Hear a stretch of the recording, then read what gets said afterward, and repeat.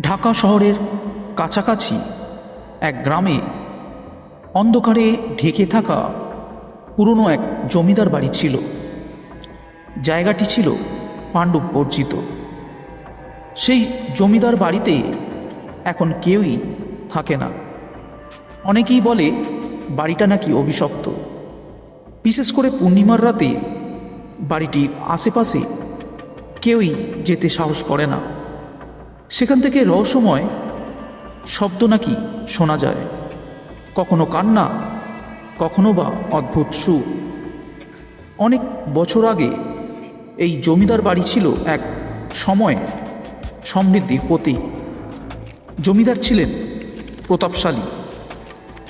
তার নাম ছিল হরিপদ সিংহ। তিনি ছিলেন অত্যন্ত কঠোর এবং অত্যাচারী। গ্রামের লোকেরা তাকে খুবই ভয় করত। কেউই তার চোখের সামনে কিছু বলার সাহস করত না। তিনি নিয়মিতভাবে গ্রামের লোকেদের ওপর অত্যাচার চালাতেন। তাদের কাছ থেকে অন্যায়ভাবে কর আদায় করতেন জমিদার। হরিপদ সিংহের একমাত্র মেয়ে ছিল, নাম ছিল তার কুমারী। তাকে তিনি অত্যন্ত ভালোবাসতেন, কিন্তু তার জীবন ছিল খুবই বিধ্বস্ত। হরিপদ চাইতেন কুমারীকে এক ধনী জমিদারের সাথে বিয়ে দিতে, কিন্তু কুমারী ভালোবাসতেন গ্রামের এক যুবককে, যার নাম ছিল রতন। হরিপদ তার মেয়ের এই ভালোবাসাকে একেবারেই মেনে নিতে পারেননি। তাই তিনি রতনকে পিটিয়ে হত্যা করেন এবং কুমারীকে বাড়ির ভেতরে তালাবদ্ধ করে রাখেন। একদিন পূর্ণিমার রাতে কুমারীর কান্নার শব্দ শোনা যায়। তারপর হঠাৎই বাড়ির থেকে তার সাড়া পাওয়া বন্ধ হয়ে যায়।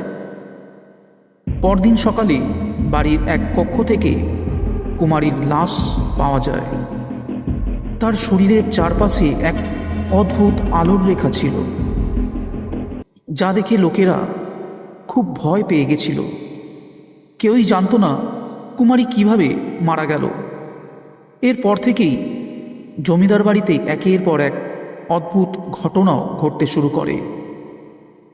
গুজব ছিল যে কুমারীর আত্মা এখনও নাকি সেই বাড়িতে ঘুরে বেড়ায়, আর যারা সেই বাড়ির কাছে যেত তাদের মধ্যে কেউ কেউ অসুস্থ হয়ে পড়ত, আবার কেউ পাগল হয়ে যেত। অনেকেই বলে কুমারীর আত্মা এখনও নাকি তার প্রিয় রতনকে খুঁজে ফেরে।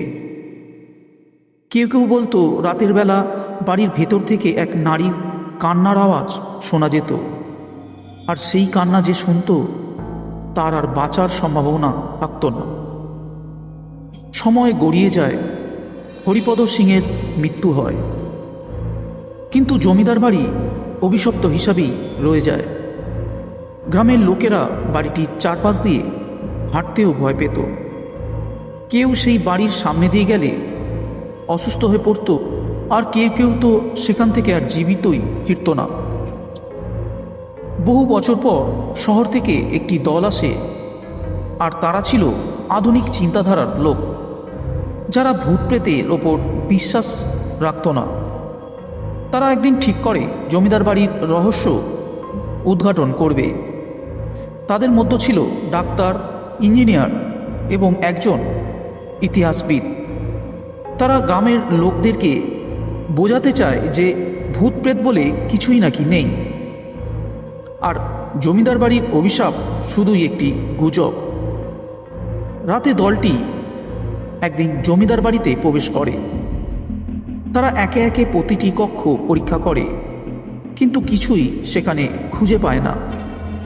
সবাই একসাথে ছিল, কারণ গ্রামবাসীদের সতর্কবার্তা ছিল যে একা না থাকতে।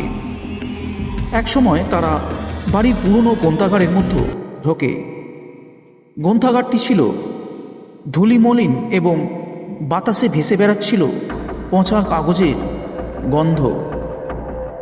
হঠাৎ একজন সদস্য, তার নাম ছিল অনিক, একটি পুরনো বইয়ের ওপর চোখ রাখে। সেই বইটা ছিল বেশ ভারী এবং ধুলার স্তর দিয়ে ঢাকা। তিনি বইটি খোলেন এবং দেখতে পান সেখানে লেখা আছে কুমারীর মৃত্যুর আগে তার লেখা শেষ কয়েকটি লাইন। সেই লাইনগুলো ছিল রক্তের মতন লাল কালি দিয়ে লেখা। লাইনগুলো পড়তে গিয়ে অনেকের মনে অদ্ভুত এক অনুভূতি হয়, যেন তার চারপাশে বাতাস হঠাৎই ভারী হয়ে গেছে, আর তিনি কোনো এক অদৃশ্য শক্তির উপস্থিতি অনুভব করছেন। আর ঠিক সেই মুহূর্তে গ্রন্থাগারের জানলাগুলো শক্তভাবে বন্ধ হয়ে যায় এবং বাতাসে কুমারীর কান্নার আওয়াজ শোনা যেতে শুরু করে। দলটির সবাই তখন ভয় আতঙ্ক হয়ে পড়ে। তারা তখন দরজার দিকে দৌড়ে যায়, কিন্তু দরজাটি ছিল একদমই বন্ধ। জানলার বাইরে পূর্ণিমার আলোয় বাড়ির ভিতরে ছড়িয়ে পড়েছে এবং সেই আলোয় কুমারীর ছায়াটি দেখতে পায়। অনেক বুঝতে পারে তারা কুমারীর আত্মাকে বিরক্ত করেছে।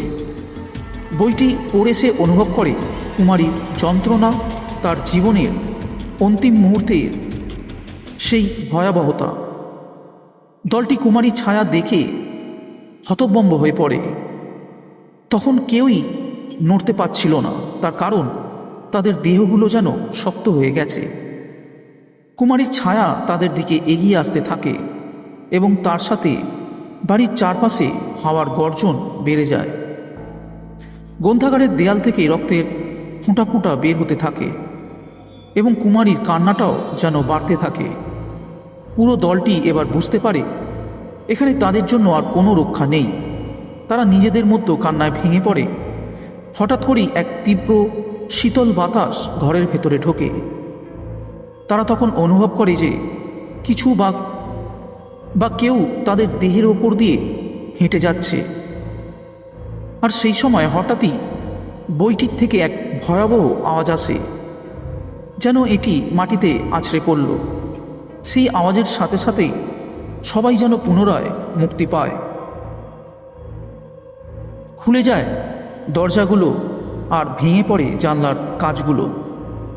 দলটি আতঙ্কে দৌড়ে বাড়ির বাইরে চলে আসে। তখন আর তারা পেছনে তাকানোর সাহস পায়নি। গ্রামে ফিরে তারা ঘটনাটি সকলকে জানায়। শহরের আধুনিক মানুষদের বিশ্বাস ভেঙে যায়। তারা বুঝতে পারে কিছু ঘটনা আছে যা বিজ্ঞান ব্যাখ্যা করতে পারে না। জমিদার বাড়ির অভিশাপ শুধু গুজব নয়, বরং একটি সত্য যা শতাব্দীর পর শতাব্দী ধরে চলে আসছে। তারপর থেকে জমিদার বাড়ির আবারও পরিত্যক্ত হয়ে পড়ে। তারপর থেকে কেউই আর সেখানে যেতে সাহস পেত না। কুমারীর আত্মা এখনও সেই বাড়ির ভেতরেই বন্দী হয়ে রয়েছে, আর তার কান্নার আওয়াজ এখনও পূর্ণিমার রাতে শোনা যায়। লোকেরা সেই বাড়িকে এড়িয়েই চলে, আর সেই জমিদার বাড়ি এক সময়ের ভয়াবহ ইতিহাসের নীরব সাক্ষী হয়ে থাকে। গ্রামের মানুষরা আবারও তাদের শান্ত জীবন ফিরে পায়, তবে জমিদার বাড়ির ইতিহাস তাদের মনে গভীরভাবে স্থায়ী হয়ে থাকে। পূর্ণিমার রাতে কেউ আর সেদিকে ভুল করেও পা বাড়ায় না, আর যদি কেউই ভুল করে সে পথে যায় সে আর ফিরে আসেন। কুমারীর কান্না আর রক্তের দাগে সেই অভিশপ্ত জমিদার বাড়ি চিরকালীন রহস্য হিসাবেই থেকে যায়।